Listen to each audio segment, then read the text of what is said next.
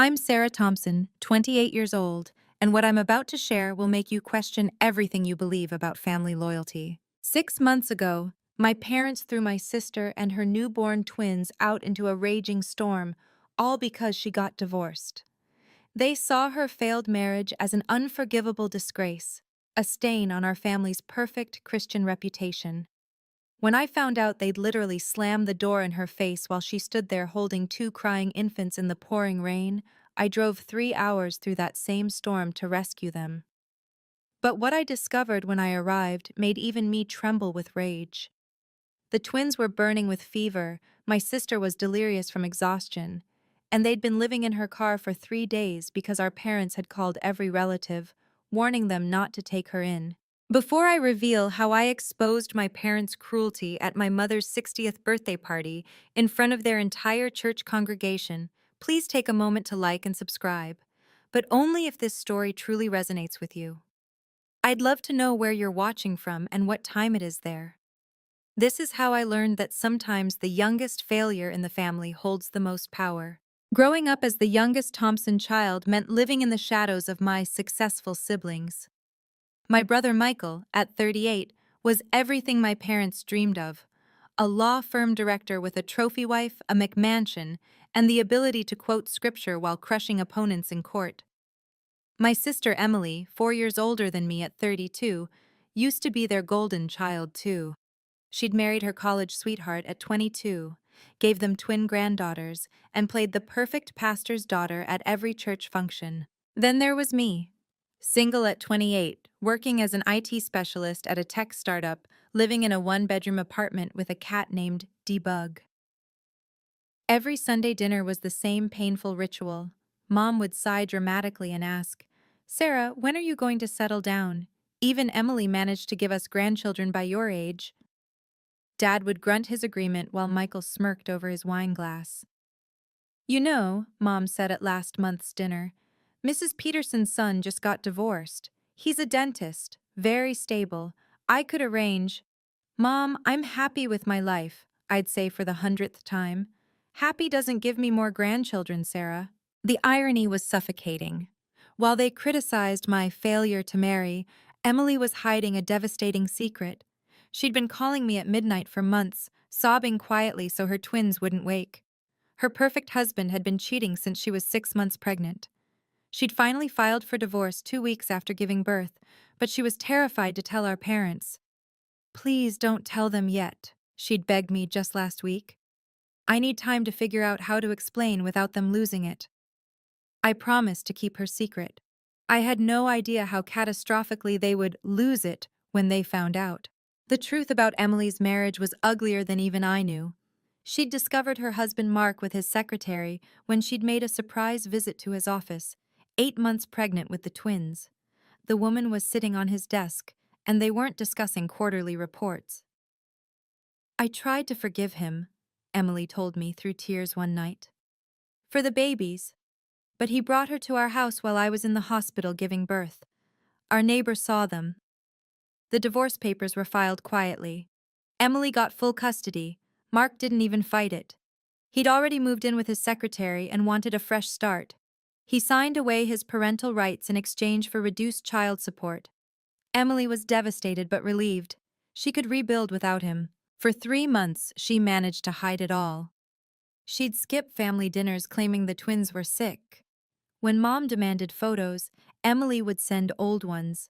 She was buying time, saving money, planning her announcement carefully.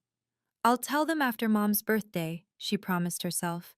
"Just get through the party, then explain everything calmly." But secrets have a way of exploding at the worst possible moment. Our Aunt Martha, Mom's gossipy older sister, ran into Mark at a bar downtown with his new girlfriend, wearing his wedding ring on a chain around her neck like a trophy. Martha called Mom immediately. The storm that hit our family that night was worse than the actual thunderstorm raging outside. Mom called Emily at 11 p.m., screaming so loud I could hear her through Emily's phone from across her apartment. "You're divorced? Divorced! How dare you hide this disgrace from us?" Emily tried to explain about the cheating, about protecting the twins, but Mom wasn't listening. That's when Dad got on the phone and everything went to hell. I'll never forget the venom in Dad's voice when he took the phone from Mom. I was at Emily's apartment, holding one of the twins while she talked, and I could hear every word through the speaker. "You are dead to us," he said, each word dropping like ice. "No daughter of mine gets divorced. You made vows before God." "Dad, he cheated. He abandoned us," Emily sobbed. "Then you should have tried harder to keep him satisfied. A good wife—" "Are you seriously blaming me?" Emily's voice cracked. That's when Michael joined the call. Mom must have conferenced him in. His voice was cold, calculated, exactly like when he demolished witnesses in court. "Emily, you've destroyed our family's reputation. Do you know what this looks like? The Thompson family doesn't do divorce." "Michael, please." "I have connections at Child Protective Services," he interrupted. "If you make this messy, if you embarrass us further, I'll make sure those twins end up in proper homes. Stable homes." My hands shook as I quietly started recording on my phone. Something told me I'd need evidence of this conversation. "You wouldn't dare," Emily whispered. "Try me. You're an unemployed single mother living off savings. I'm a successful attorney with a perfect family record. Who do you think the court will believe?" Mom's voice returned, shrill and final. "You have 1 hour to pack your things and leave. Don't come back until you fix this mess." "Mom, it's storming. The twins are only 6 months." The line went dead. Emily collapsed against me sobbing. Outside, lightning split the sky as rain hammered the windows. Within minutes, her phone buzzed with texts from various relatives. "Your mother called. You're not welcome here." They'd called everyone. In less than 10 minutes, they'd turned our entire extended family against her. My phone started buzzing before Emily even finished packing. Mom's first text was a warning shot. "Sarah, don't you dare take her side. Your father and I are unanimous on this." Then came Michael's message. "Smart girls stay quiet. Remember, Dad plays golf with your CEO every Saturday." They weren't making empty threats. My father had connections throughout the city. 20 years of military service, followed by 15 years in defense contracting, had given him influence everywhere. My job at the startup? Dad had introduced me to the founder. My apartment? The landlord was his former squadron buddy. If I helped Emily, I'd lose everything. I looked at my sister frantically shoving diapers into a bag while her twins wailed in their carriers. She'd already lost her husband, her home stability, and now her entire family. The rain outside was getting worse. The weather alert on my phone showed flash flood warnings. "Where will you go?" I asked. I don't know. Maybe a motel?" "With what money?" "Mark cleaned out your joint account, remember?" She stopped packing, reality hitting her. "My credit cards are maxed from the lawyer fees." Another text from Mom. "Your sister made her choice. Don't make the same mistake." I thought about my comfortable life, my stable job, my nice apartment, the promotion I was up for next month. All of it could disappear with one phone call from Dad. Then I looked at those babies, my nieces, their little faces red from crying, and something inside me snapped. Family isn't about blood, it's about who shows up when the storm hits. "Pack everything important," I told Emily. "We're going to my place." "Sarah, no, you'll lose. Let me worry about that." I grabbed my phone and typed back to Mom. "I need time to think. Give me a few days." I just bought myself some time, but I knew this was far from over. The 3-hour drive to Emily's apartment had been treacherous, but nothing prepared me for what I found. She'd texted that she was in the Walmart parking lot off Highway 50. When I finally spotted her car through the rain, my heart shattered. Emily was in the back seat, both twins pressed against her chest, using her body heat to keep them warm.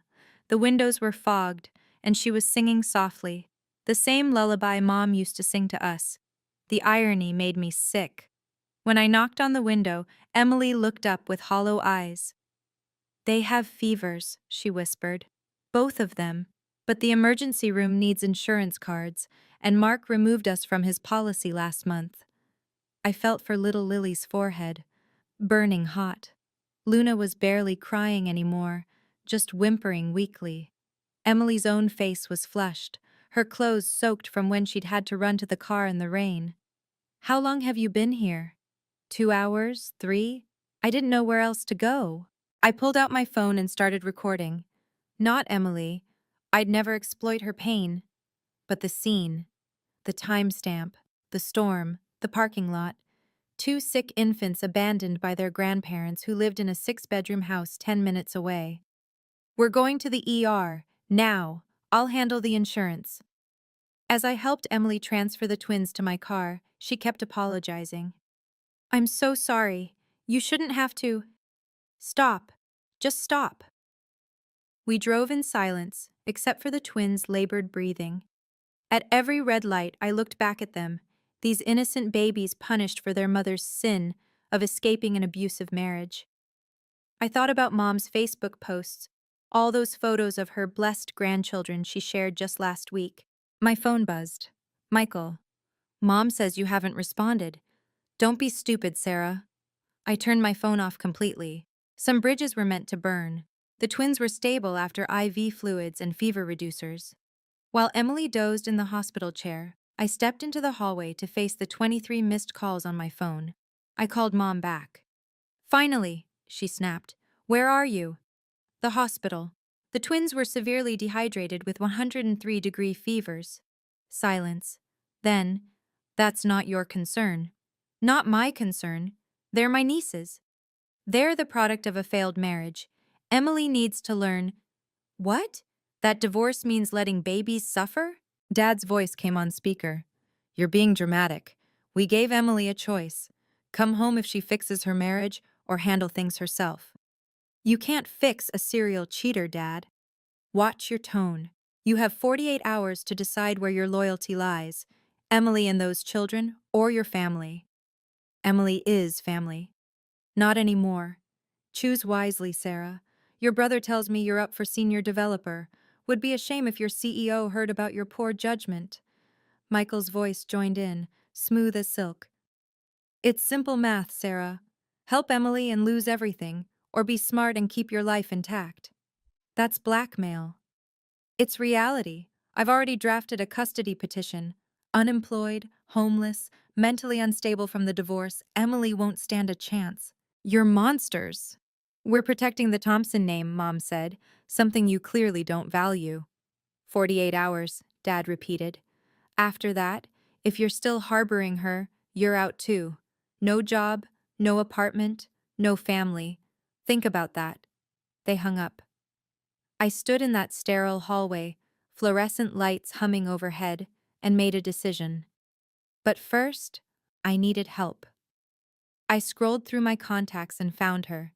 Jessica Martinez, my law school friend who'd specialized in family law. "Jess, I need your help, and bring your recording equipment." Jessica arrived at my apartment at 7 a.m. sharp, legal pad in hand and fire in her eyes. "Play me everything," she said. I showed her the recordings. Dad's threats, Michael's custody intimidation, the video of Emily in the parking lot with the sick twins. Jessica's expression darkened with each piece of evidence. "Your brother's an idiot," she said finally. "Threatening custody while admitting to blackmail? That's coercion, potentially criminal. Can we stop him?" "Better. We can destroy him." She pulled out her laptop. "Michael Thompson, right? With Brennan and Associates?" She typed rapidly, then turned the screen toward me. "Your perfect brother has a sealed complaint from 2 years ago, sexual harassment. The firm paid $200,000 to make it go away." "How did you—" "I know the paralegal who processed it. She kept copies. Your brother cornered an intern at the Christmas party. When she reported it, he tried to get her fired. Sound familiar?" My stomach turned. The pattern was clear. Michael used his power to crush anyone who challenged him. "There's more," Jessica continued. "That custody threat? I can file emergency guardianship papers for you today. As their aunt, with proof of abandonment and these threats, you'd get temporary custody immediately." "But my job, my apartment." "Document everything. If they follow through, that's workplace retaliation and housing discrimination. We'll own them in court. My phone buzzed. A text from an unknown number. A neighbor from my parents' street. Saw what happened that night. Have security footage of them turning Emily away in the storm. Let me know if you need it. Jessica smiled. Perfect. Now when's the next family gathering? I checked Mom's Facebook. Her 60th birthday party, this Saturday, 30 guests invited. Public enough. Can you hold out until then? I thought about Emily sleeping on my couch, the twins finally peaceful in their travel cribs. I'll make it work. The invitation arrived by courier Wednesday morning, cream cardstock with gold embossing. Margaret Thompson's 60th birthday celebration, the grand ballroom at Chateau Étoile. Black tie requested. Emily saw it first. She still sent you an invitation? It's a power play, I said, reading the handwritten note inside. Sarah, we trust you'll make the right decision by Saturday. Love, Mom. My phone rang. Michael. Got the invitation? He asked without preamble. Just arrived. Good. Mom wants you there, alone. It's your chance to show where you stand. And if Emily's name comes up? You tell everyone she's traveling, finding herself, whatever sounds better than divorced. Lying to 30 people? Protecting the family image? Dad's boss will be there, Pastor Williams, the entire church board. This party matters, Sarah. I understand perfectly. Do you? Because Mom's already told everyone you're bringing someone special. She's hoping you'll announce some good news. Don't disappoint her. After he hung up, Jessica called. I found something interesting. Your mom's birthday party? The restaurant has a presentation system for slideshows, Bluetooth enabled. And? Just saying. Would be a shame if someone accidentally connected to it. Emily looked up from feeding Luna. Sarah, you can't be thinking. They want me to choose? Fine, I choose. I texted Mom. I'll be there. And yes, I have news to share. Her response was immediate. Wonderful! I knew you'd come to your senses. Thursday, I got everything ready. The recordings were edited, the videos compiled. Jessica prepared the legal documents. The neighbor's security footage was crystal clear, timestamp visible, my parents literally pushing Emily away as she held both carriers. Friday night, I stood in front of my closet, choosing my outfit carefully. Professional. Respectable. The last thing they'd expect from the family disappointment.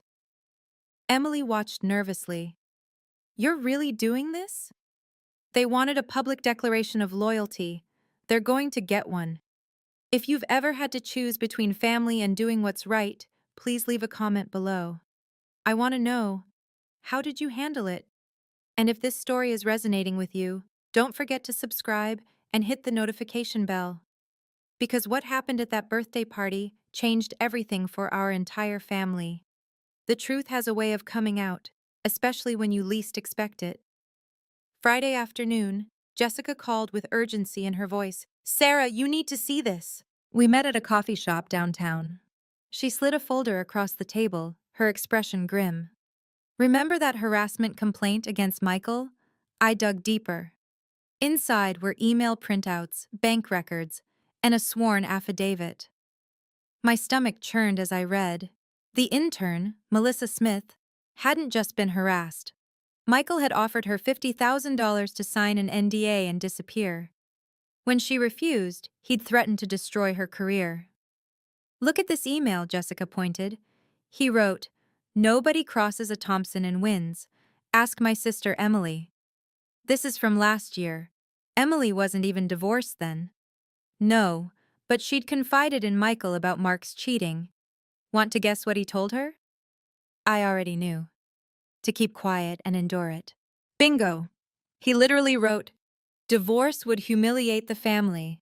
Better to suffer in silence than bring shame on the Thompson name. The pattern was clear. Michael had been controlling, threatening, and silencing women for years, and my parents enabled him. There's more, Jessica continued. Your parents' house? I pulled the property records. There's a security system with cloud storage. Every camera feeds to an app on your dad's phone. So?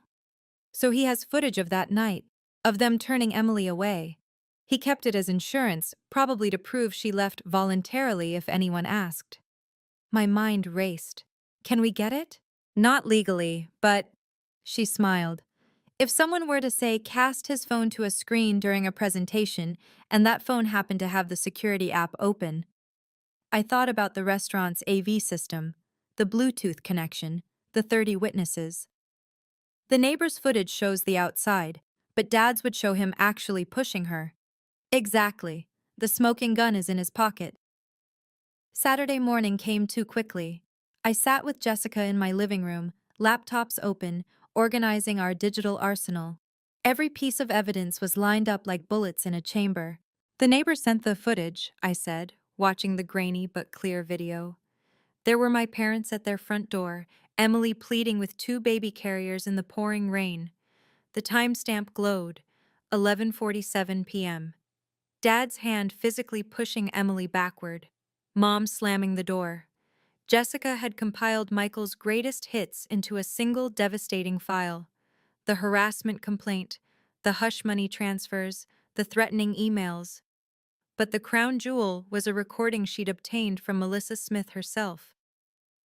Your brother offered me cash to vanish, Melissa's voice said clearly. When I refused, he said he'd make sure I never worked in law again. He said his family destroys anyone who crosses them. Emily walked in with the twins, saw our screens, and paled. Sarah, this could ruin them. They ruin themselves. But total destruction? Mom and Dad are just old-fashioned. They left your babies to potentially die in a storm, Em. She fell silent. I'd made copies of everything on 3 flash drives, uploaded backups to the cloud, and sent secured files to Jessica's office. If they tried to stop me, it would already be too late. Jessica pulled up the restaurant's website. The Chateau Étoile has a 90-inch LED screen in their main ballroom. State-of-the-art wireless presentation system. And I'll have remote access from my phone? Already tested it. The manager thinks you're uploading a birthday slideshow, which technically you are, just not the kind your mom expects. I looked at the time, 2 p.m. The party started at 6. Ready? Jessica asked. I thought about 28 years of being dismissed, overlooked, deemed a disappointment. I've been ready my whole life. The Chateau Étoile was exactly what Mom wanted. Opulent, impressive, designed to intimidate. 30 guests were already mingling when I arrived, champagne flutes catching the light from the crystal chandeliers. Mom floated toward me in a designer gown that cost more than most people's monthly rent. Sarah, you came alone, good girl. Wouldn't miss it, Mom. She air-kissed my cheek, whispering, Several eligible men here tonight. Dr. Patterson's son just made partner at his firm. Dad approached, his military bearing still intact at 65. Made the right choice, I see. I always do. Michael held court near the bar, regaling Pastor Williams with some courtroom victory. His wife hung on his arm like an accessory, smile frozen in place. I wondered if she knew about Melissa Smith. Sarah, Aunt Martha bustled over. Where's Emily? I was so hoping to see the twins. Mom's smile tightened. Emily's taking some personal time. You know how new mothers can be, overwhelmed. Oh, but I heard she was traveling, Mom cut in sharply, finding herself. The room was perfect for what was coming. The LED screen dominated one wall, currently displaying a slideshow of family photos, all carefully curated to show our perfect Thompson family. Emily featured prominently in the older photos, always smiling, always playing her part. The irony wasn't lost on me. Right now, Emily was at my apartment, feeding the twins formula bought with my credit card because she couldn't afford groceries. Ladies and gentlemen, Dad called out, tapping his champagne glass. Thank you for joining us to celebrate Margaret's milestone birthday. The crowd gathered closer. Pastor Williams raised his glass. To the Thompson family, A true example of Christian values and family unity. Everyone chorused agreement. I pulled out my phone, checking the connection to the screen. Ready. Before we continue, Dad said, I believe Sarah has something to share. The room turned toward me expectantly. Mom beamed, clearly anticipating an engagement announcement. Go ahead, sweetheart, share your news. I stepped forward, phone in hand. Actually, I'd like to address something Aunt Martha mentioned first. Mom's smile flickered. That's not necessary. Where is Emily? Aunt Martha pressed. It's strange she'd miss her mother's 60th. As I said, she's traveling, Mom replied firmly. Divorced women don't travel, Michael interjected smoothly. They hide. A gasp rippled through the crowd. Mom shot him a furious look. He'd broken script. Pastor Williams frowned. Divorced? But Emily seemed so happy. Happiness is fleeting when you break sacred vows, Dad said, recovering quickly. We're helping her through this difficult time. Helping? I couldn't stop myself. Is that what you call it? Sarah, Mom warned.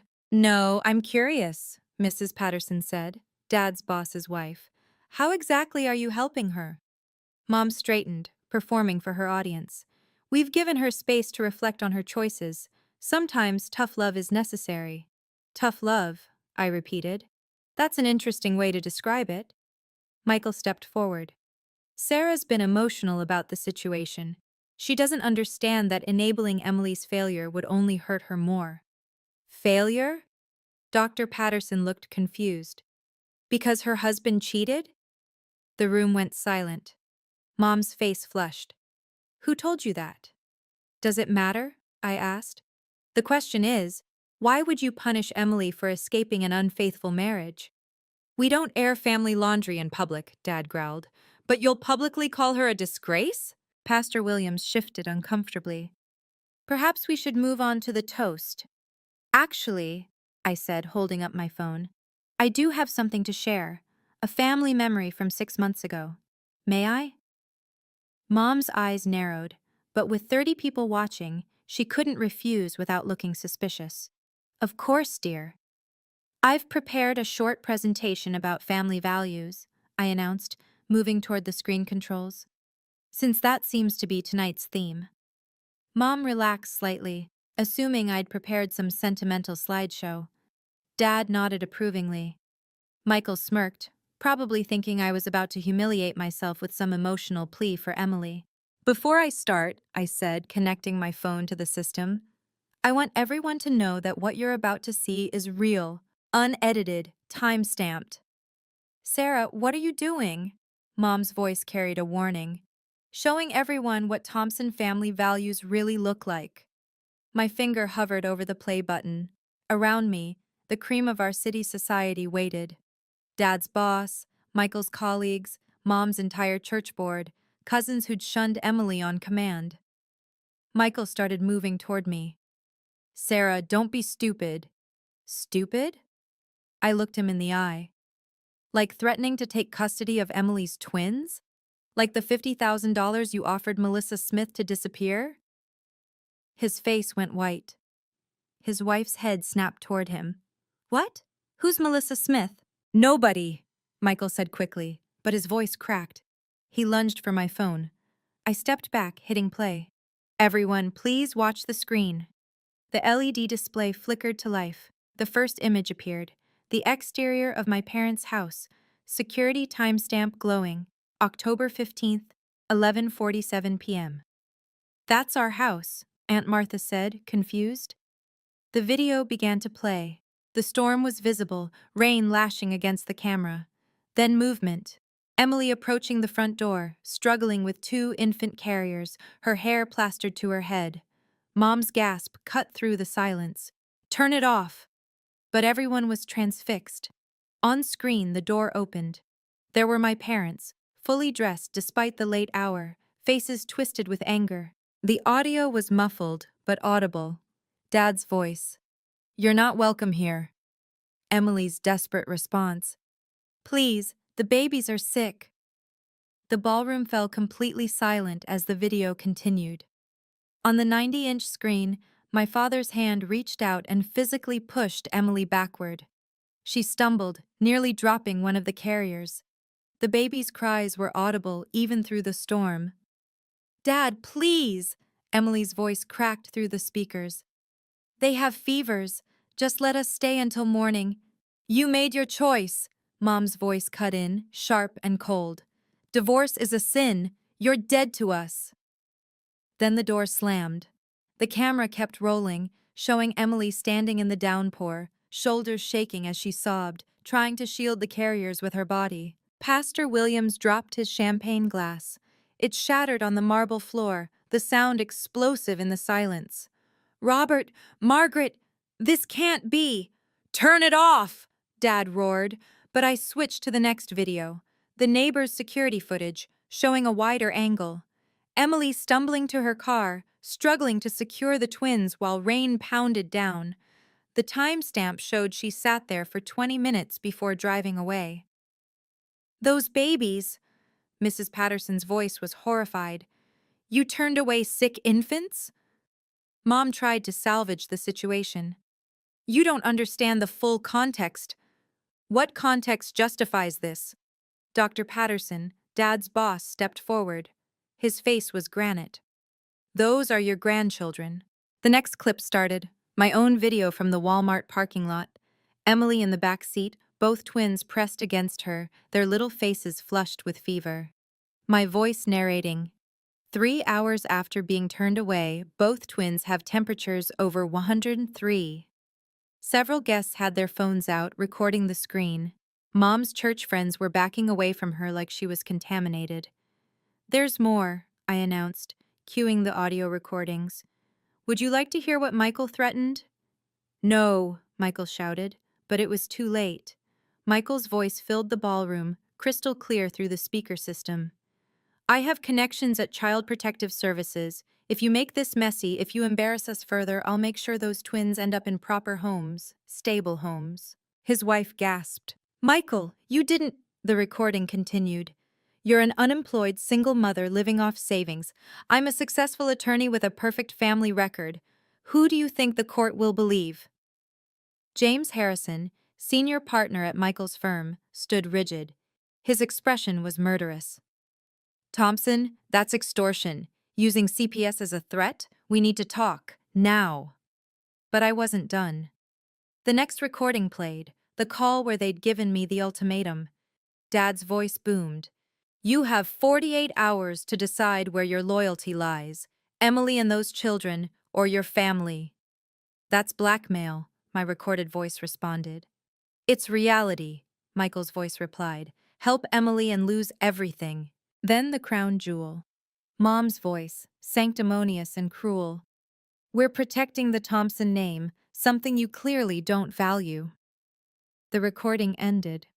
The ballroom was tomb silent. 30 of the city's most influential people stared at my parents like they were strangers. Pastor Williams was the first to speak. "Margaret, you're on the church board. You lead the women's ministry. You preach about compassion and family values every Sunday. This was a private family matter," Mom started. "That you made public by involving everyone here," Aunt Martha interrupted.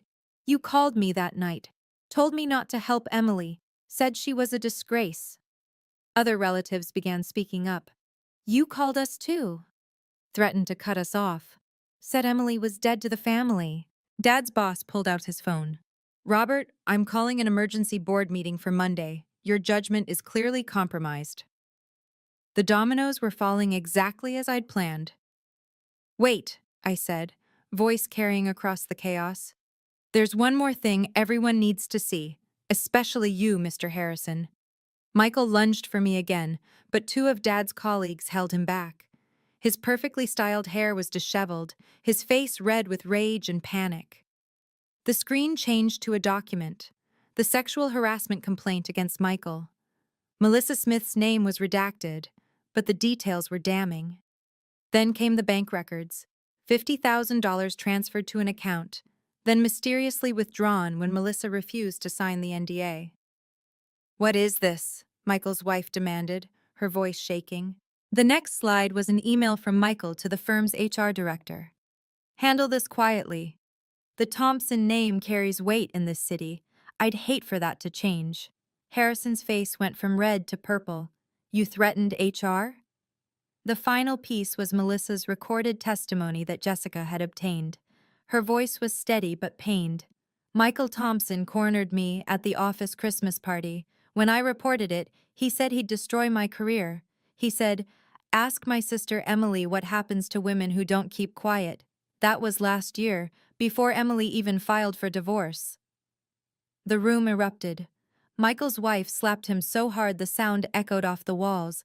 "You monster! You knew what Emily was going through, and you still—" "It's not what it looks like," Michael started. "It's exactly what it looks like," Harrison interrupted. "Security will be at your office Monday morning while you clean it out. You're done at Brennan and Associates, and I'll be personally calling every firm in the state." Pastor Williams turned to my parents. "Your membership at First Baptist is under review, effective immediately. We cannot have people who abandon children in positions of spiritual leadership." Mom sank into a chair, her perfect party, her perfect image, her perfect family, all of it crumbling in real time. I stood in the center of the room, 30 pairs of eyes on me. The family disappointment, the single failure, the one without power. Not anymore. "I have legal guardianship of Emily's twins," I announced, pulling out the court documents Jessica had filed. Emergency custody was granted based on documented abandonment and threats of custodial interference. Dad started to stand, but Dr. Patterson's hand on his shoulder pushed him back down. "Furthermore," I continued, "any attempt at workplace retaliation or housing discrimination will result in immediate legal action. My attorney has already filed protective documentation with the state." "You ungrateful," Mom started. "Ungrateful?" I turned to face her directly. "You taught me everything I know about family values. You just didn't realize you were teaching me what not to do." I addressed the room. "Emily and her daughters are safe. They have a home, medical care, and a family that actually loves them. That's all that matters." Michael finally spoke, his voice desperate. "You've destroyed everything. Our reputation, our family." "No," I said firmly. "You destroyed it the night you threatened innocent babies. I just showed everyone who you really are." Mrs. Harrison approached me. "If Emily needs anything, a job, childcare assistance, please call me." She handed me her card, then turned to glare at Michael. "I have a foundation that helps women escaping difficult situations." One by one, other guests approached with similar offers. Job opportunities for Emily, pediatrician referrals for the twins, free legal services. The community my parents had tried to weaponize was now rallying around their abandoned daughter. "This isn't over," Dad growled. "You're right," I agreed. "The criminal investigation into child endangerment and extortion is just beginning." The color drained from his face. He hadn't considered that abandoning sick infants in a storm could have legal consequences. This moment changed everything for our family. If you've ever had to stand up against toxic family members to protect the innocent, type strength in the comments below. Your courage matters more than you know. The story isn't over. The aftermath was even more powerful than the confrontation. Make sure you're subscribed with notifications on to hear how this family transformed. Sometimes the best families are the ones we choose. The exodus began immediately. Pastor Williams was the first to leave, pausing only to address my parents. 30 years of friendship, and I never knew who you really were. The board will meet tomorrow. Don't expect good news.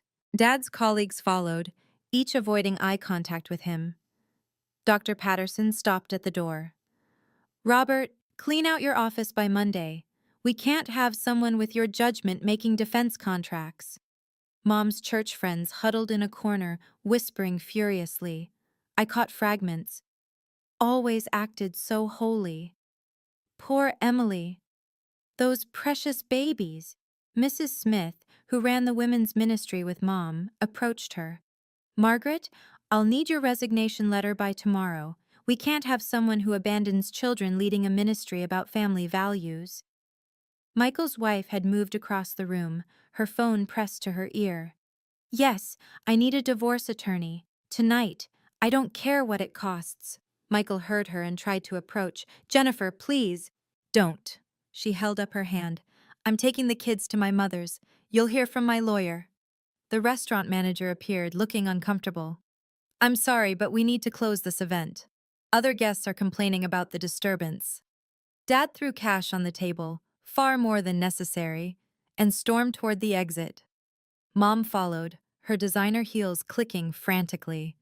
At the door, she turned back, mascara streaming down her face. Sarah, you've destroyed us. No, Mom, you destroyed yourselves. I just refuse to hide it anymore. As they left, Aunt Martha touched my arm. I'm ashamed I listened to them. Can I meet the twins? Make things right with Emily? Others echoed her sentiment. In trying to isolate Emily, my parents had only isolated themselves. The community they'd manipulated was now Team Emily. Monday morning came fast. Jessica called me at 8 a.m., her voice triumphant. The restraining order was approved. Your parents and Michael cannot come within 500 feet of Emily or the twins. That was quick. The judge saw the videos. She was not pleased. She also ordered Michael to undergo evaluation for potential criminal charges related to custodial threat and extortion. Emily was sitting across from me, feeding Luna while Lily slept in her bouncer. For the first time in months, she looked peaceful. What about custody? Mark's parental rights were already terminated. The court confirmed you have sole custody, and with Sarah as emergency guardian on file, you're protected. My phone buzzed. A text from an unknown number. This is James Harrison. Michael's office has been cleared. We found more complaints during our investigation. He won't practice law again. Also, my wife runs a tech startup. They're looking for a project manager. Is Emily interested? I showed Emily the message. Her eyes filled with tears. They want to hire me? After everything? Not despite everything. Because of it. You survived. That takes strength. Another call came in. Jessica put it on speaker. Child Protective Services just closed their investigation. They're actually recommending charges against your parents for child endangerment. The DA's office is reviewing. The doorbell rang. It was a courier with a thick envelope. Inside, a letter from my parents' attorney. They were offering a settlement, $100,000 to Emily if we agreed not to pursue criminal charges. Emily looked at me. That's a lot of money. It's hush money, I said, just like Michael tried with Melissa. Jessica took the letter. I'll respond. We decline their offer and will cooperate fully with any criminal investigation. Emily nodded slowly. Good. Some things matter more than money. Back at the party's aftermath, I gathered my things while the remaining guests dispersed. The grand ballroom that had showcased my mother's pride now felt like a crime scene. Overturned champagne glasses, abandoned plates, the LED screens still frozen on Michael's harassment complaint. Several people approached me before leaving. Dr. Patterson's wife pressed a business card into my hand. My niece runs a nonprofit for single mothers. Please have Emily call. 3 of Mom's former church friends formed a protective circle around me. We had no idea, Mrs. Williams said. Your mother always spoke so highly of family values. We're organizing a supply drive for Emily and the twins. Even the restaurant staff seemed moved. The manager discreetly handed me a flash drive. Security footage of tonight, in case you need it for legal purposes. As I walked toward the exit, Michael appeared from the shadows. His perfect suit was disheveled, his eyes wild. You have no idea what you've done. I know exactly what I've done. I'll sue you for defamation, destruction of career, emotional distress. With what money? Jennifer's divorce lawyer will take everything. And good luck finding an attorney who'll represent you after tonight. He grabbed my arm. You little... Security! The manager appeared instantly with 2 guards. Sir, you need to leave, now. As they escorted Michael out, he shouted over his shoulder, This isn't over. You're right, I called back. The criminal investigation is just beginning. I walked to my car with my head high. Through the restaurant windows, I could see the empty ballroom, the abandoned birthday cake, the wilted centerpieces. Mom's perfect 60th birthday party had become the night the Thompson family empire fell. My phone lit up with a text from Emily. The twins are asking for their Aunt Sarah. Hurry home. Home. Not my parents' house, not the family I was born into, but the family I chose. 1 month later, the Thompson family name meant something entirely different in our city. Dad's forced retirement from the defense contractor made the business section. Michael's disbarment hit the legal journals. Mom's removal from 3 charity boards was whispered about at every social gathering. But in my small apartment, life bloomed. Emily had started her new job at Harrison's wife's tech startup, working remotely so she could be with the twins. She'd even received a signing bonus that covered 3 months of expenses. Michael's wife called today, Emily told me over dinner. Jennifer. She wanted to apologize for never speaking up when she suspected something was wrong. What did you say? That I understood. It's hard to fight the Thompson machine. Was hard. The twins were thriving. No more fevers, no more nights in cars. Lily had started laughing, a beautiful, bubbly sound that filled our home. Luna was crawling everywhere, exploring her safe new world. My phone rang. Jessica. Update. Michael's been arrested. 3 more women came forward after the party. He's looking at actual jail time. And my parents?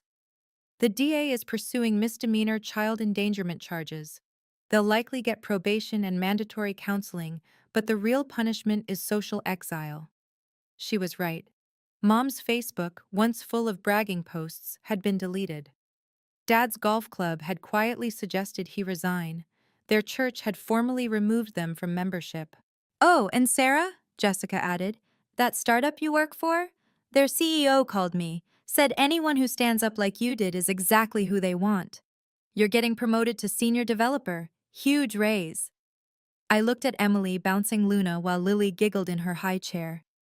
We'd lost the family we were born into but found something better. A family built on love, not control. On support, not status. 6 weeks after the party, a letter arrived through Mom's attorney. The handwriting was hers, shaky but recognizable. Sarah and Emily, I read aloud. We've been attending court-mandated counseling. Our therapist says we need to acknowledge the harm we caused.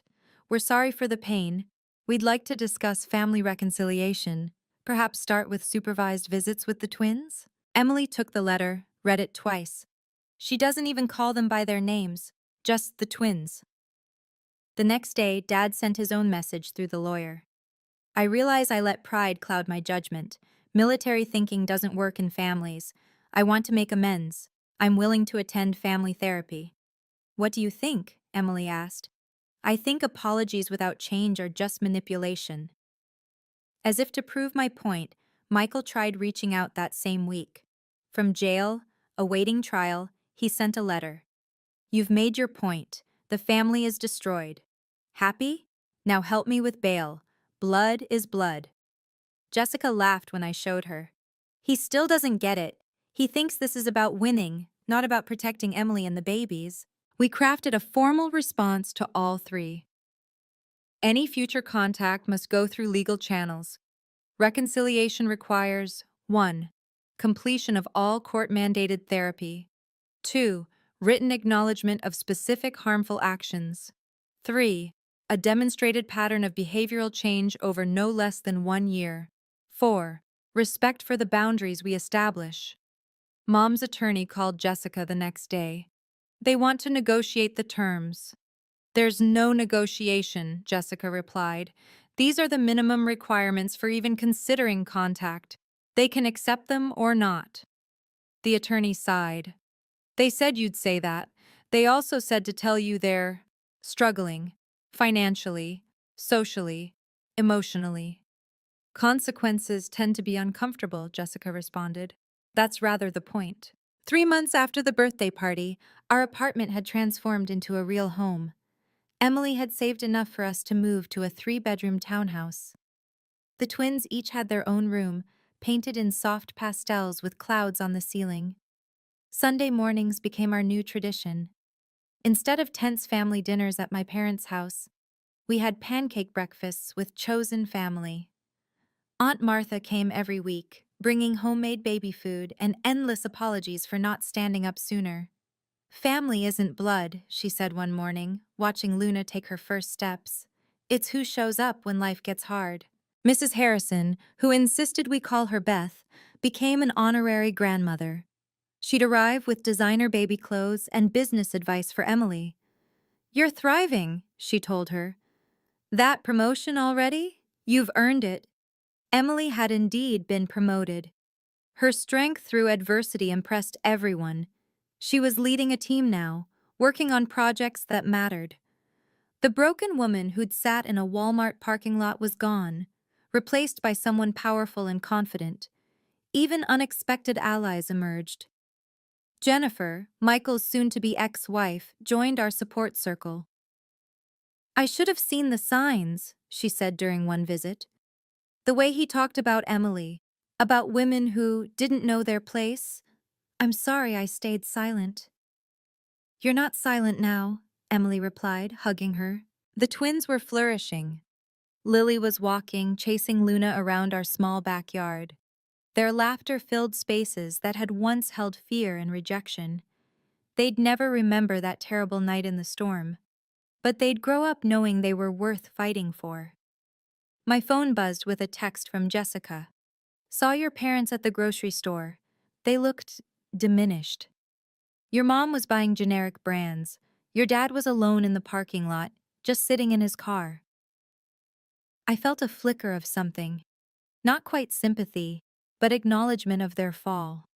6 months after that birthday party, I stood in our backyard watching Emily push the twins on their new swing set. The transformation was complete, not just for them, but for me. Being the family disappointment had freed me in ways I never expected. When you're already considered a failure, you've got nothing to lose by doing what's right. My parents had seen my single status and modest career as weaknesses. They never realized those failures meant I had nothing they could effectively threaten. The promotion at work came with speaking opportunities. Companies wanted to hear about ethical leadership in crisis from someone who'd lived it. I always started the same way. Documentation isn't just about covering yourself, it's about protecting the vulnerable. Every recording, every video, every saved text had been a brick in the wall protecting Emily and the twins. Young women in these audiences would approach me afterward. "I'm documenting my situation too. Thank you for showing me it matters." Jessica and I had started a workshop series, Setting Boundaries with Toxic Family Systems. The first session had 12 attendees. The latest one had over 100. The hunger for these tools was overwhelming. "You know what the ironic part is?" Emily said one evening. "Mom and Dad raised us to be strong. They just never imagined we'd use that strength against their cruelty." She was right. Every lesson about family honor had taught me to protect family, just not the way they'd intended. Protecting family meant stopping abuse, not enabling it. It meant choosing love over blood, safety over reputation. The twins' first birthday was next week. We'd rented a park pavilion, invited our chosen family. No Thompsons on the guest list except Emily and me, and that was exactly right. Sometimes losing your family of origin is the only way to find your true family. 1 year later, Emily remarried. Not to someone our parents would have chosen. David was a social worker, made modest money, had tattoos and a motorcycle. But he loved her fiercely and treated the twins like his own daughters. He'd even legally adopted them. The wedding was small, perfect. 20 people who'd stood by us when the Thompson name became toxic. Aunt Martha walked Emily down the aisle. I was her maid of honor. The twins, now walking confidently, were flower girls in tiny lavender dresses. During the reception, Jessica pulled me aside. "Your parents' attorney reached out again. They've completed therapy, want to attempt reconciliation." "What do you think?" I asked. "I think people can change, but trust has to be earned, not demanded." "We'd consider it. Maybe. Someday. But not today." Today was about celebrating the family we'd built from the ashes of the one that burned us. David's speech at the reception destroyed me. They say you can't choose family, but Sarah chose to protect Emily and the girls when blood relatives wouldn't. That's real family. As I watched Emily dance with her new husband, the twins giggling as David spun them around, I realized something profound. We hadn't lost anything that mattered. We'd gained everything that did. My phone had one unread message from an unknown number. Saw your story online. Gave me courage to leave my toxic family. Thank you. That's why I share this story. Not for revenge or sympathy, but for you, the one reading this who's trapped between toxic loyalty and self-preservation. Choose yourself. Choose the vulnerable who need protection. Choose truth over reputation. If you've ever had to set boundaries with family members who confused control with love, you're not alone. Share your story in the comments. We're stronger together than we ever were apart. Thank you for listening to our story.